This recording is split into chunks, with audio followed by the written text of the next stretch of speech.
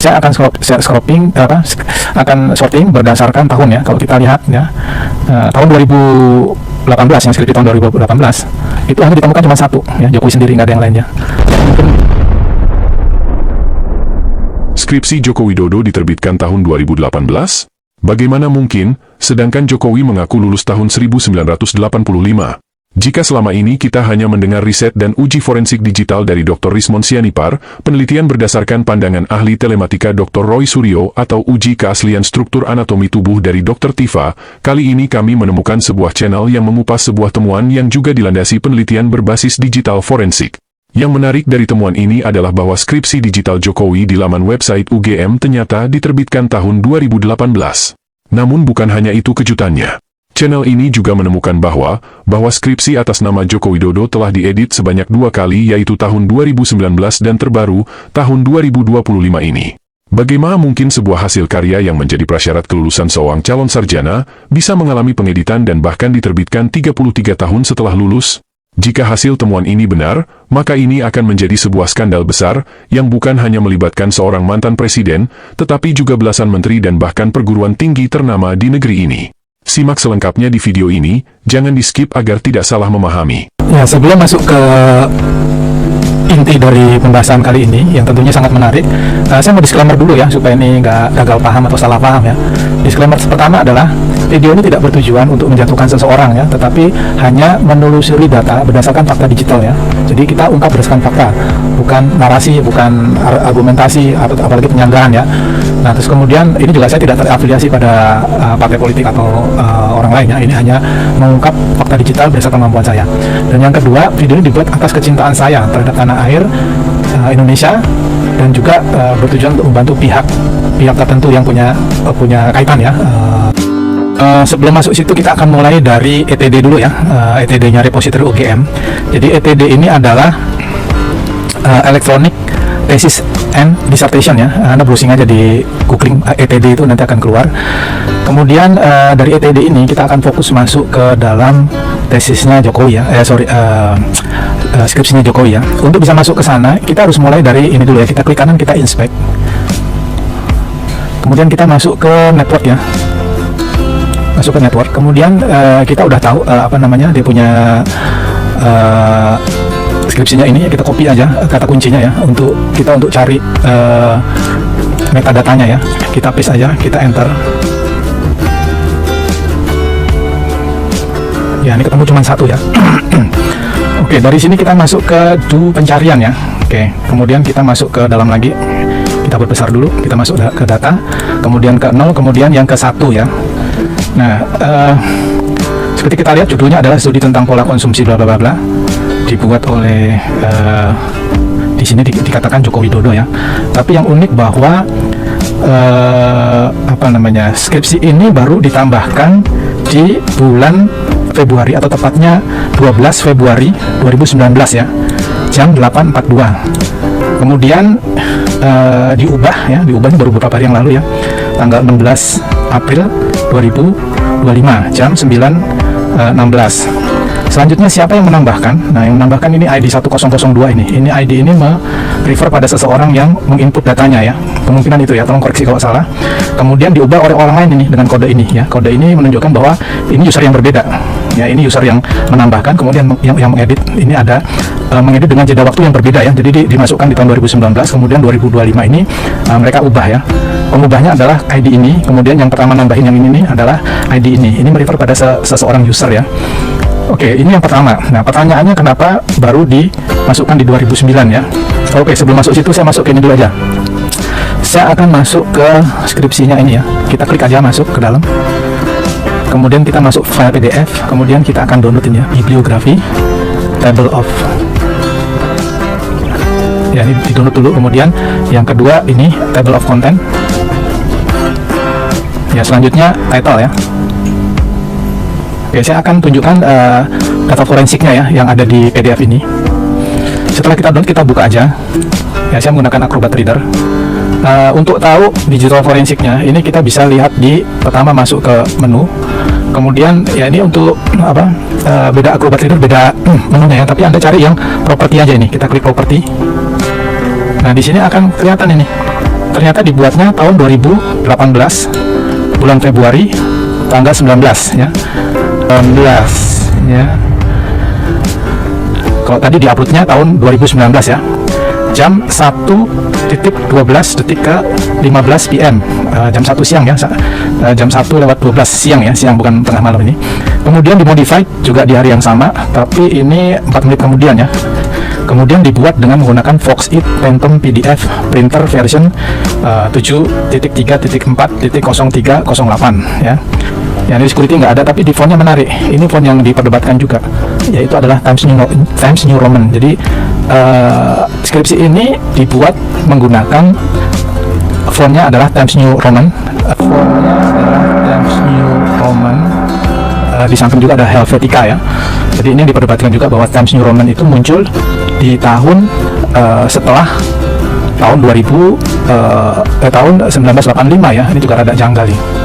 Ya, ini disclaimer-nya adalah ini saya tidak menyudutkan seseorang, tapi saya hanya menunjukkan bahwa digital forensiknya kita bisa lihat dengan cara sederhana, tidak perlu harus pakai misalnya Kali Linux kah, atau software yang sulit-sulit. Ini cukup dengan PDF aja kita bisa lihat di dalamnya ya. Oke. Selanjutnya kenapa di tahun 2018 ya dibuatnya? Konon ceritanya bahwa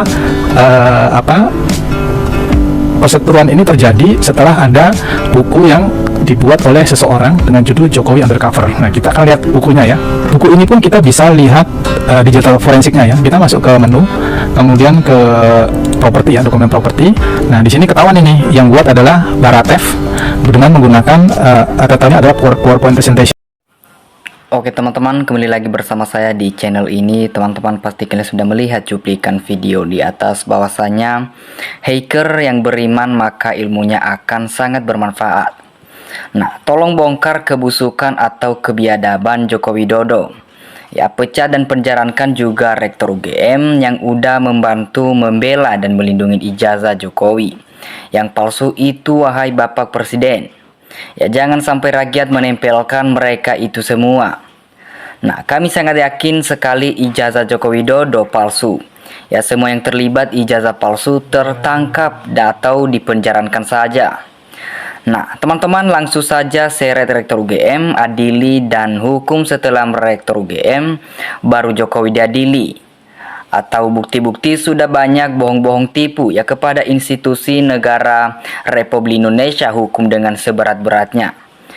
Nah, Tuhan akan menunjukkan kebenaran dan akan mempermalukan mereka yang berbuat dusta dan zalim terhadap rakyat dan Ibu Pertiwi.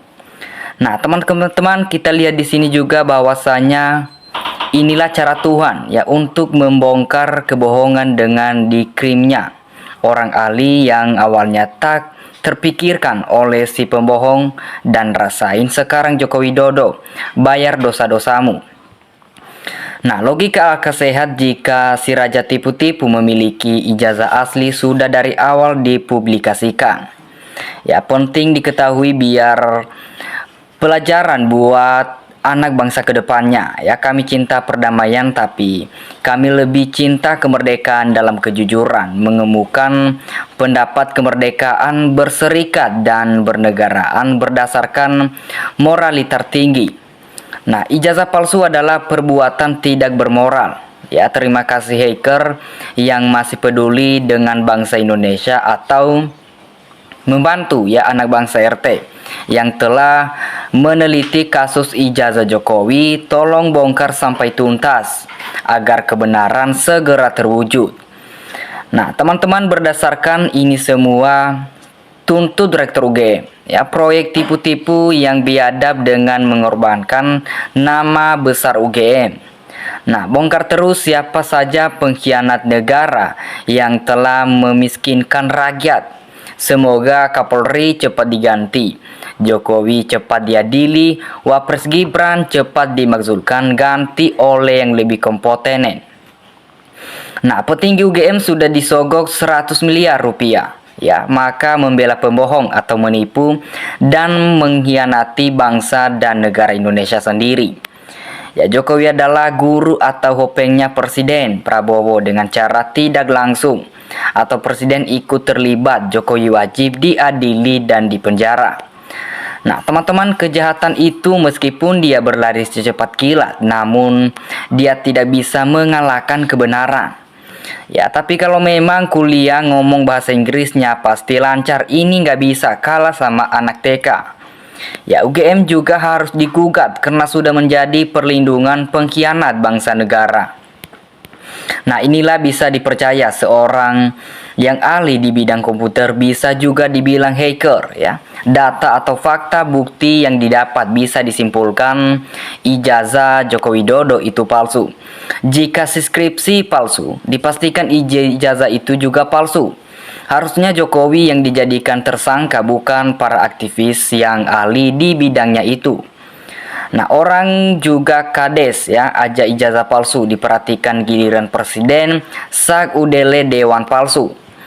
Nah, teman-teman, Bambang Tri dan Gus Nur pasti akan mengabulkan doa-doa ya zolim yang kejujuran demi kebenaran solusi kekondusifan rakyat. Ingat, kematian selalu mendekat ya, bertobatlah sebelum sampai di saat itu. Nah, bukti-bukti kepalsuan semakin kuat, apalagi yang akan ditutupin sejarah akan mencatat ini. Ya, kami mendukung dan membela para pejuang kejujuran dan kebenaran untuk membongkar ijazah palsu Jokowi.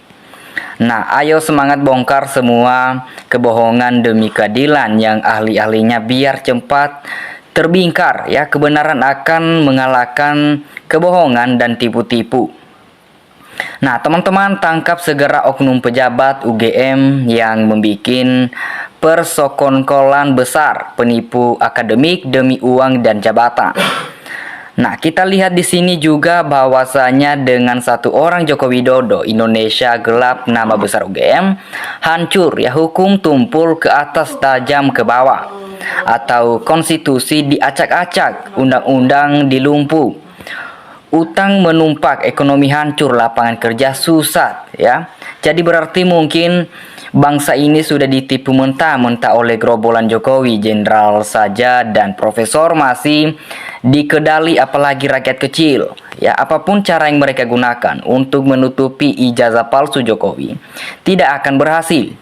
Ya, semakin mereka menutupi justru akan semakin terbongkar atas izin siapa. Tentu saja izin penguasa semesta. Nah, dilihat dari tidak beraninya menunjukkan ijazah kepada publik, masyarakat luas sudah bisa menyimpulkan jawabannya. Ya, tinggal pihak-pihak terkait akan memutuskan demi satu orang atau demi ratusan juta jiwa penduduk Indonesia. Ya, semoga kejujuran dan keadilan tidak bisa dijual belikan atau maju terus. Kebenaran dan kejujuran demi bangsa dan negara. Nah, gara-gara satu orang saja bukan kisruh bangsa Indonesia, terjadi kegaduhan di semua bangsa Indonesia. Ya, semoga masalah ini bisa cepat terselesaikan ya, dan juga dimakzulkan sesekali. Nah, pastikan hukum semua yang terlibat dalam kebohongan si Joko Widodo, termasuk para termul ya. Gibran dimakzulkan paksa, baru semua ditangkap secepatnya sebelum semua melarikan diri. Nah, Jokowi pandai bersandiwara ya, ditambah jadi anggota PDIP yang saat itu penguasa partai politik. Akhirnya Jokowi mendapatkan kesempatan pencitraan yang yakin ijazah Jokowi palsu. Nah, kalau ada ijazahnya pasti nggak seribet ini, karena kejujuran tak perlu ribet. Ya, dosa Jokowi ini udah bergaban-gaban membohongi seluruh rakyat Indonesia. Udah tahu ya, tanah bukannya tobat malah semakin parah.